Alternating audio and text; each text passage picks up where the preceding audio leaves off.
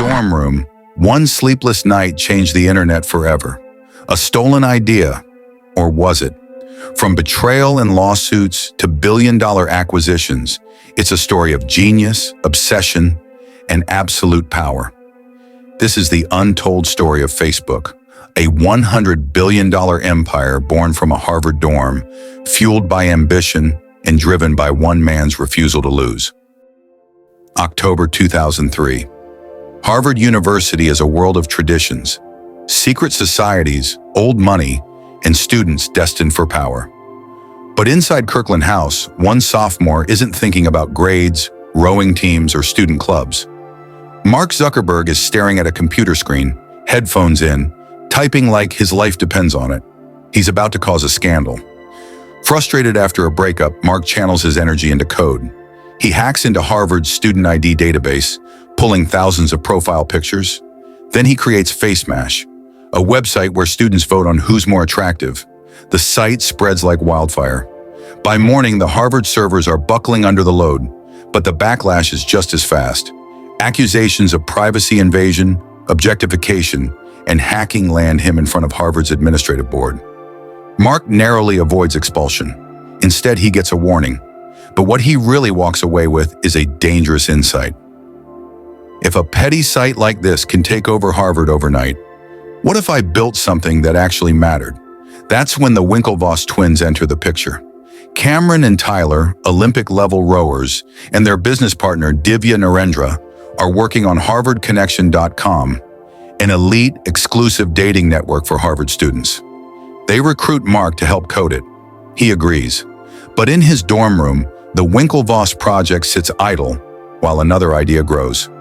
February 4th, 2004. The Facebook.com goes live. Within 24 hours, over 1,000 Harvard students sign up. By week's end, it's spreading to Yale, Columbia, and Stanford. The Winklevoss twins discover what happened, and the first seeds of a legal war are planted. Facebook's early growth isn't luck, it's tactical brilliance. Step 1. Exclusivity. At first, only Ivy League schools can join. Everyone else is locked out, desperate for an invite. Step 2. Network effects. Every new user makes the network more valuable. Students join not just for the platform, but because all their friends are already there. Step 3. Simplicity. While MySpace drowns in cluttered pages and autoplay music, Facebook is clean, fast, and easy to navigate. Then Sean Parker appears, the charismatic co-founder of Napster. Parker has been exiled from his own companies before, but he knows Silicon Valley's power players. He advises Mark to drop the. It becomes simply Facebook.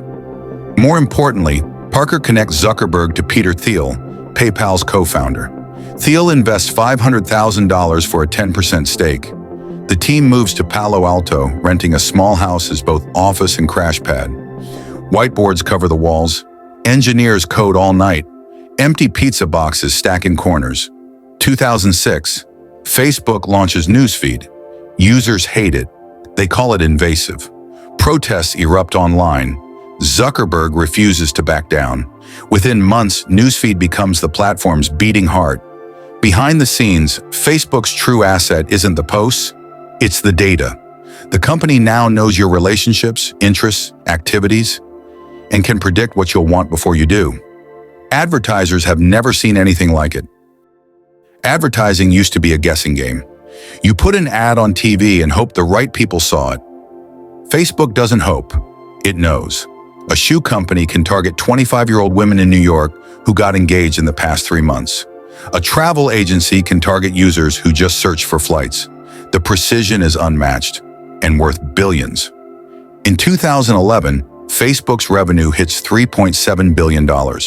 May 18, 2012, the IPO.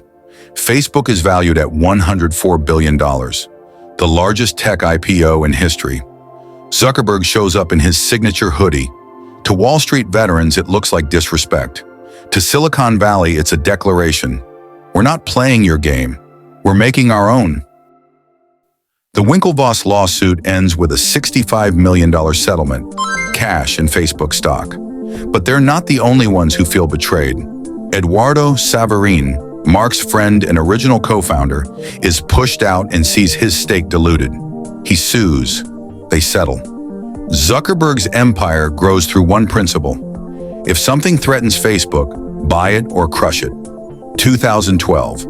Instagram for $1 billion. 2014. WhatsApp for $19 billion.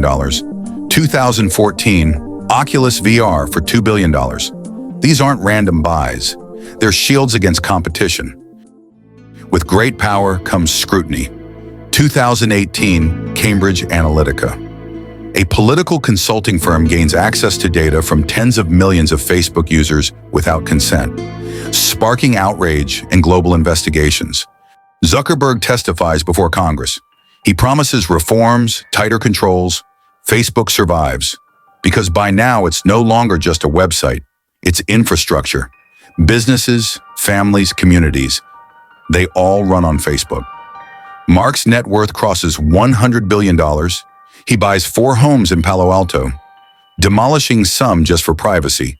He acquires 1,500 acres of beachfront land in Hawaii. But the ultimate luxury, influence. With a single algorithm change, Facebook can shift what 3 billion people see and what they don't. Lesson 1. Exclusivity fuels demand. Lesson 2. Network effects turn sparks into wildfires. Lesson 3. Data is the new oil. Lesson 4. Protect your empire by any means necessary. And maybe the greatest lesson?